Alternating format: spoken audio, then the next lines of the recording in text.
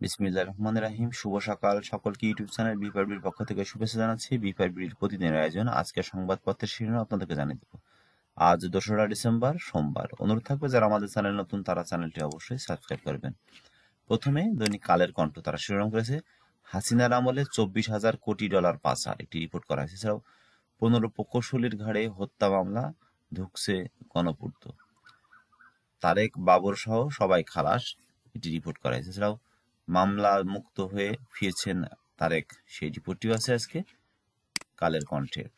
আজকে দৈনিক প্রথম আলো শিরোনাম করেছে 21শে আগস্ট গ্রেনেড মামলায় হামলা, আসামি খালাস।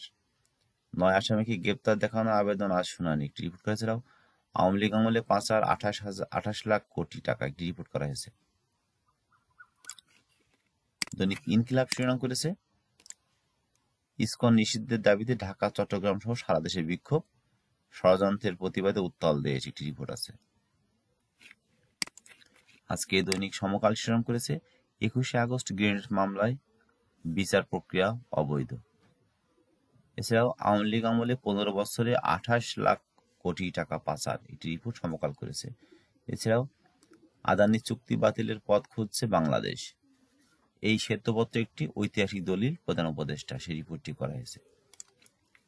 আজকে দৈনিক যুগান্তর শিরোনাম করেছে আলোচিত 21শে আগস্ট গ্রেনেড হামলা, তারেক রহমান সহ সব আসামি খালাস।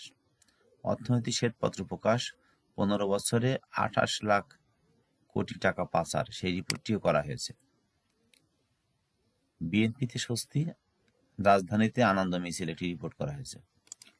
আজকে দৈনিক ইত্তেফাক শিরোনাম করেছে গ্রেনেড হামলা মামলায় ডেথ রেফারেন্স ও আপিলের রায়, তারেক রহমান সহ সব আসামির খালাস। প্রধান উপদেষ্টার কাছে শেষপত্রের খসড়া প্রতিবেদন পেশ, 15 বছরে 24,000 কোটি ডলার বিদেশে পাচার। এছাড়াও বেআইনি পুনঃতদন্ত বিচারে সাজা হয়েছিল তারেক রহমানের, সেই রিপোর্টটিও আজকে ইত্তেফাক করেছে। আজকে দৈনিক কালের কণ্ঠ শিরোনাম করেছে তারেক রহমান সহ সব আসামি খালাস। এছাড়া উন্নয়নের 40% টাকায় লুট, সেই রিপোর্টটিও আজকে করা হয়েছে। দৈনিক জায়জাদিন শিরোনাম করেছে তারেক রহমান ও বাবর সহ সব আসামি খালাস। এছাড়া অভিযোগ গঠনের ত্রুটি কারণে এই রায়, হাসিনার আমলে বছরে 2 লাখ কোটি ডলার পাচার। রায়ে স্বস্তি, বিভিন্ন স্থানে বিএনপির আনন্দ মিছিল। দৈনিক বাংলাদেশ প্রতিদিন শিরোনাম করেছে তারেক রহমান সহ সবাই খালাস, 21শে আগস্ট গ্রেনেড হামলা মামলা। এছাড়াও জানুয়ারিতে ফিরছেন তারেক, একটি রিপোর্ট করা হয়েছে। আজকের পত্রিকা শিরোনাম করেছে বছরে পাচার 16 বিলিয়ন ডলার, গ্রেনেড মামলায় খালাস পেলেন সাজাপ্রাপ্ত সব আসামি। তারেকের দেশে ফেরায় বাধা আর 4টি মামলা, রিপোর্ট করা হয়েছে। আজকে দৈনিক জায়জাদিন শিরোনাম করেছে তারেক বাবর সহ সবাই খালাস।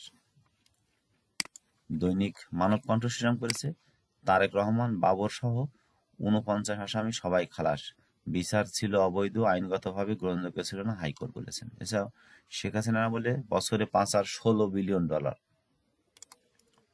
আজকে দৈনিক নয়া দিগন্ত শিরোনাম করেছে তারেক রহমান সহ অভিযুক্ত খালাস, হাসিনার আমলে বছরে 16 বিলিয়ন ডলার পাচার হয়েছে।